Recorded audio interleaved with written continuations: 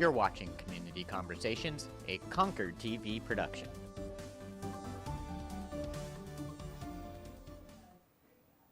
Hello and welcome to Concord Community Conversations. My name is Rabbi Robin Nafshi, and I will be periodically hosting the show in a special segment called Speaking of Faith. My guests today are Reverend Michael Leuchtenberger of Concord's Unitarian Universalist Church. Welcome, Michael. Thank you. And Pastor Amelia Halstead of Concord's First Congregational Church, United Church of Christ. Welcome, Amelia. Thank you. So, it's December. Yeah. It's December. Now, for the two of you, it's a much busier season than it is for me. My busy season was, September, October with what we call the High Holy Days. And being the rabbi of Temple Beth Jacob here in Concord, I understand that we kind of go in different cycles. But nevertheless, we certainly have a holiday in the month that usually falls in the month of December, Hanukkah. There's Christmas, there's the winter solstice, there's Kwanzaa, there's the New Year's Eve. There's all of these events that happen in the month of December. And I was hoping that we could have a conversation today, looking at the spiritual side of it. We certainly understand what goes on in the more dominant culture and as the sort of secular, popular way of celebrating these holidays. Unfortunately, we don't have anyone who can speak about Kwanzaa, maybe for another time. But certainly I would imagine we can speak about most of the rest of them. And so, Amelia, I want to start with you, because certainly we live in a mostly Christian world, and certainly New Hampshire is that way, and Concord. Talk about Christmas from that spiritual perspective. Okay. Not the way we often read about it or what we see downtown merriment, these are all wonderful things. But tell us what it's going to be for your folks. So the first piece is that a lot of people don't know that December really begins the church year for us. So the first Sunday in Advent is the beginning of the church year, and we actually conclude our church year the last Sunday in November. So that's a piece that most people don't know.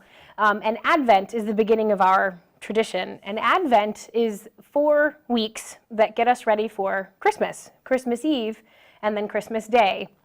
Advent specifically has a ritual around lighting of candles in a wreath, the wreath to symbolize the circle and how everything is connected. And there's a candle for each of the Sundays in Advent, which are hope, peace, joy, and love. And then the central white candle is for Christ, for both Christmas Eve and Christmas Day. And we light each of those, and there's words that we say during the worship service to symbolize that we're talking about that particular aspect of waiting. So Advent for us literally is a time of waiting. We're waiting for the birth of Christ, but also for that space of newness and new birth and new life that's coming into our faith, as well as our hope is into the world and having that shift. Say those 4 again. The 4? So the first Sunday of Advent is hope. The second Sunday is peace. The third is the Sunday of joy. And the fourth Sunday is the Sunday of love. And on, say, imagine it's the second or third. Do you light all of them? Yes. So this coming Sunday we'll relight hope, and then we'll light the candle for peace. I have to tell, I don't know if either of you saw this, but I saw something very, very funny. There was an ad for an Advent Hanukkah calendar. I didn't see this. The first night of Hanukkah was December 3rd, which was the first Sunday in Advent. Right. And there were literally some folks who put out a calendar that kind of confused the two. And I think because they were about lighting candles and they happened the same day.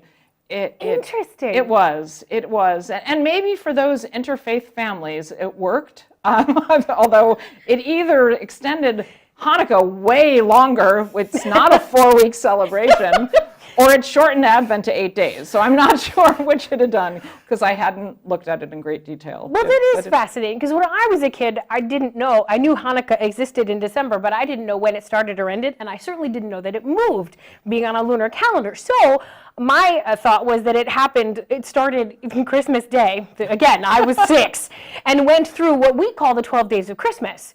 Clearly, that's not the case. So I would love to know more about the Hanukkah and how that moves and when you celebrate. I will do that, and then Michael, Yeah. I think for me, the real fascination is how Unitarian Universalists I agree. I agree. Celebrate. I know that I drive by the church. I always see there's something happening around December 25th and through the month of December. So Hanukkah is celebrated on the 25th Okay. of Kislev. Kislev is the month that roughly falls in December. Okay. But as you mentioned earlier, it's a lunar calendar, so it moves around quite a bit. Okay. And I think for a Christian audience, the way to really think about it is to think about how Easter moves every year, right? Okay. Easter is related to a particular Sunday related to the vernal equinox, right? Yes. So is Passover, which is why Passover and Easter always fall so close together on the calendar, Okay. or usually do.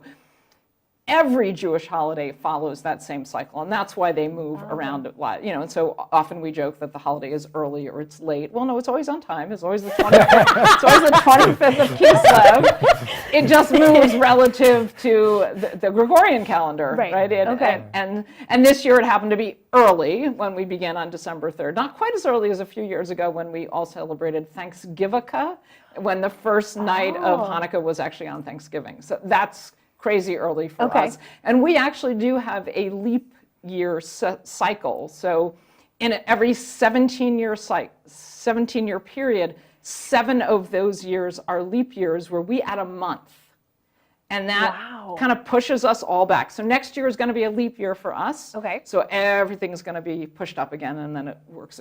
Contrast it with the Muslims, who also have a lunar calendar and don't have the extra month.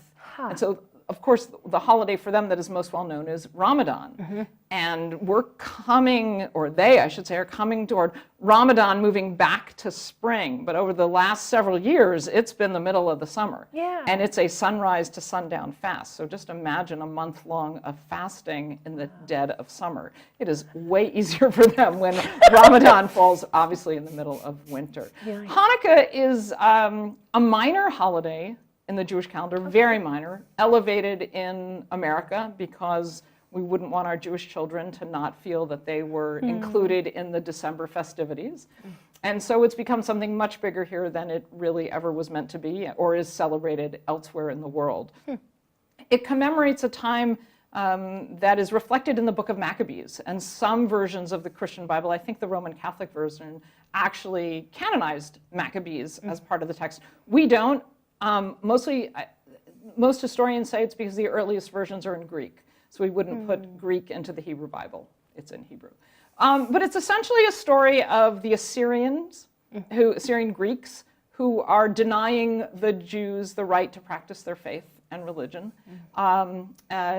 roughly 2,200, 2,300 years ago. And the Jews fight back. And they fight back through a man named Judah Maccabee. Maccabee means hammer, Judah the hammer. He and his brothers, and they're fighting against assimilation. They're fighting, they're actually quite zealots. It's really an interesting story, like how we, kind of align ourselves with the Maccabees, and yet I'm not so sure we would promote their zealotry in quite the way it is. They're somewhat radical in a very right-wing sort of way in the way they sought to be Jewish, but probably saved the faith in many ways. And the story is fascinating because at the end of the war, they are successful, and the Holy Temple that was standing in Jerusalem at the time was desecrated. And Hanukkah means rededication or dedication. They're gonna fix it, rededicate it. And the story goes that we have a fall festival called Sukkot. Sukkot is a fall harvest festival, and it's a week long or 8 days. Certain people celebrate it for 8 days, and thousands of years ago it was celebrated for 8 days. Hanukkah is originally 8 days because during the war, they didn't get to celebrate Sukkot. So once they rededicated the temple, they had a delayed celebration of Sukkot. It is only hundreds of years later in a collection of writings by the rabbis called the Talmud that somebody asks questions about oil, and a miracle occurs of how they went to rededicate the temple, and there was a vial of oil for a day and it lasted 8, and so we celebrated for 8 days. It makes sense for us. We want to bring light into the world, much like the Advent wreath with the candles. And we don't like to celebrate war victories. So it's a reframing of the holiday. Interesting. But remains something still minor on our calendars. Michael, let's get you in the conversation. Talk to us. What do Unitarians do to celebrate Christmas? Winter solstice?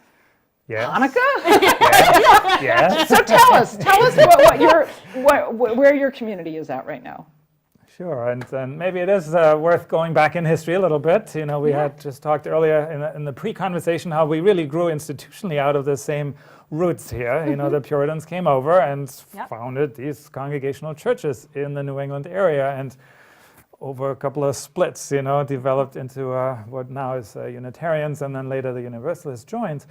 But really, in the early days, the Puritans, if you look back, they were adamantly opposed to the idea of celebrating Christmas. In fact, you were fined, you know, 5, whatever the unit was at the time, you know, I looked that up, if you even as much acknowledged, you know, didn't do your standard work, you know, because that was frivolous and considered, and this is not the first time in Christian history that that was considered that way. You go all the way back to Origen, you know, whatever, 200 something BC, CE, I guess, and you know, again, people, you don't celebrate the birth of somebody, you know, that was considered a non-thing to do.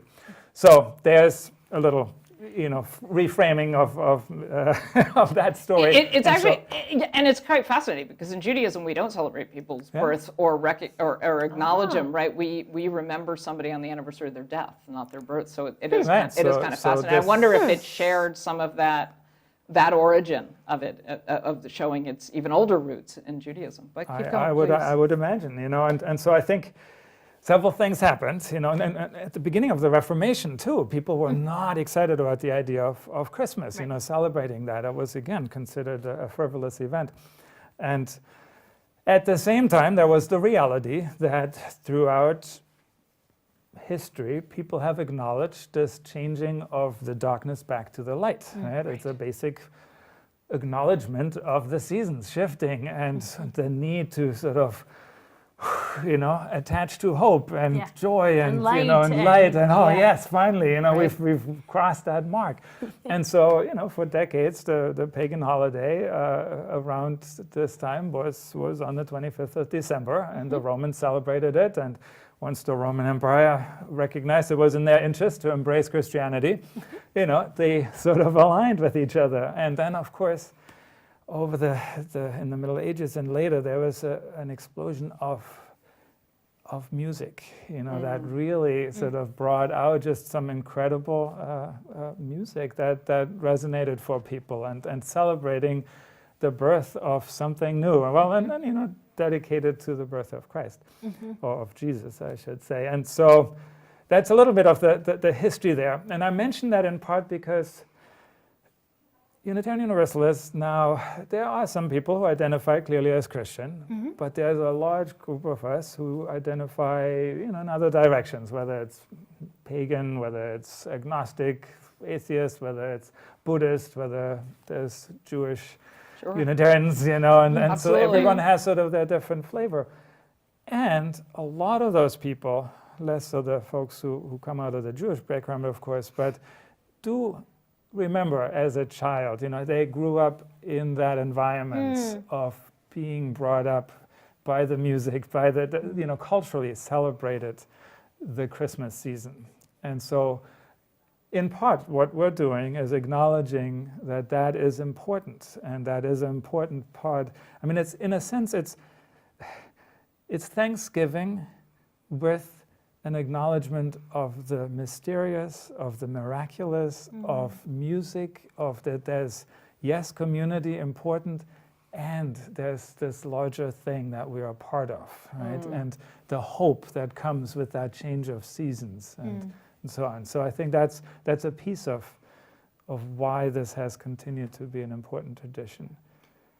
It's interesting you mentioned music, because we talked about it at our choir rehearsal at church on Tuesday that this year is the 200th anniversary of the hymn Silent Night. Right. It was written in 1818, and it was in that moment somebody asked, wait, our church is older than Silent Night?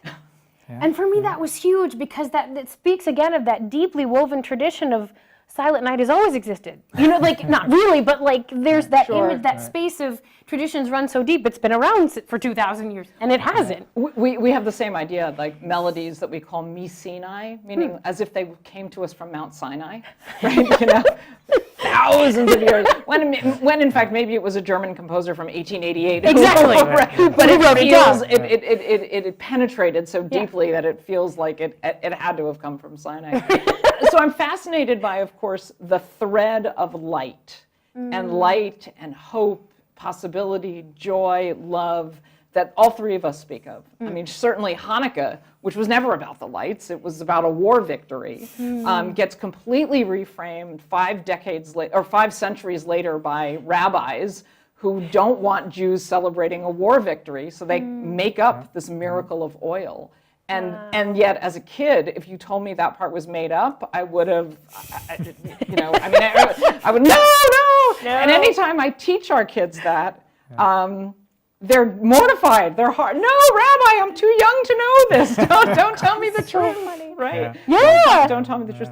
And the common thread of music. But I think for Christians, Unitarians, the music you guys get at this time of the year is far more sophisticated than ours, because we've turned Hanukkah so much into a kid's holiday. Interesting. But going back to the light, one of the beauties is, if we were in Israel, for example, the way most Israelis celebrate Hanukkah is they put outside their homes a glass box that almost looks like a mailbox, but imagine it being all glass, and they light their Hanukkah menorah inside of it.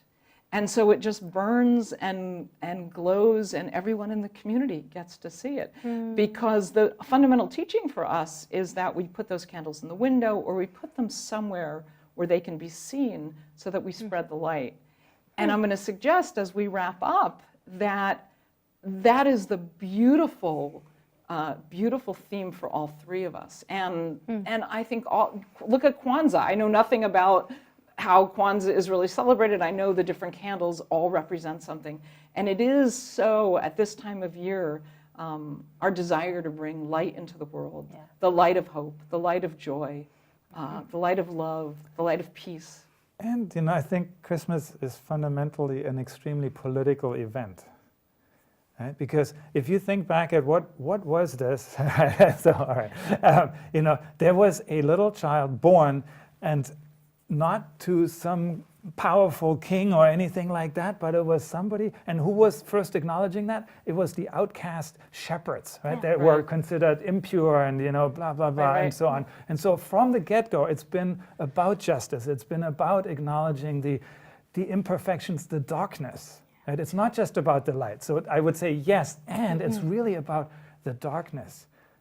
And then the hope that can emerge out, can push through that. But acknowledgement of the darkness, the Exodus story for the Jewish people, exactly. I think is sort of embedded in that in many ways. Yeah. So we're going to wish everyone happy holidays. Whatever it is you celebrate, may there be much light in your life this time of year.